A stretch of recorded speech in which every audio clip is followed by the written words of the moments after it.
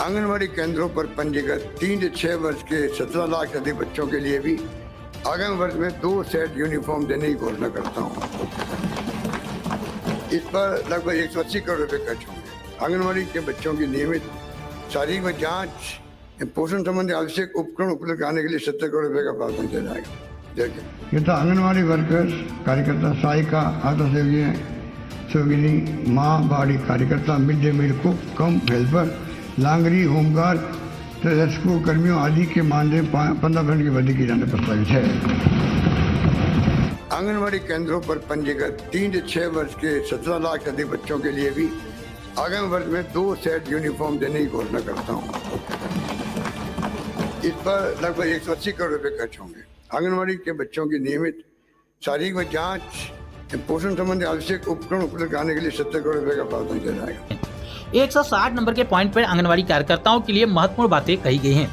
जैसा कि यहाँ पर देख सकते हैं कि पार्ट टाइम कार्यरत मानदेय कर्मियों यथा जैसे कि आंगनवाड़ी कार्यकर्ता, सहायिका, कुक, इसके अलावा फर्राश आदि को भी उचित संरक्षण देते हुए पोस्ट रिटायरमेंट उसके बाद आर्थिक सपोर्ट की व्यवस्था करने के दृष्टि से राजस्थान पार्ट टाइम वर्करों के लिए बताया गया है यहाँ पर कि 2 से 3 लाख रुपए जो है वो रिटायरी के बाद उनको दिए जाएंगे।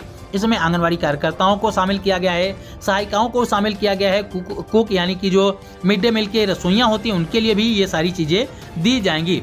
उसके बाद लिखा गया है इससे लगभग 2 लाख जो कर्मी होंगे वो लाभान्वित होंगे, जिसमें आंगनवाड़ी कार्यकर्ताएं भी शामिल हैं। उसके बाद लिखा गया है साथ ही आगामी वर्ष समस्त मानदेय कर्मियों जैसे कि आंगनवाड़ी कार्यकर्ता, सहायिका, आशा सहयोगिनी, माँ बाड़ी कार्यकर्ता, mid day meal cook, helper, इन सभी के मानदेय में भी यहाँ पर लिखा गया है कि 15% की बढ़ोतरी करने का प्रस्ताव दिया गया है। यानी कि आने वाले साल में आंगनवाड़ी कार्यकर्ताओं के, आशा कार्यकर्ताओं के मानदेय में 15% की बढ़ोतरी की जाने की भी बात यहाँ पर की गई है। और साथ साथ यह भी लिखा गया है कि आंगनवाड़ी कार्यकर्ताओं को, साथ साथ सहायिकाओं को, कुक को, इन सभी को रिटायरी के बाद 2 से 3 लाख रुपए जो है वो दिए जाएंगे।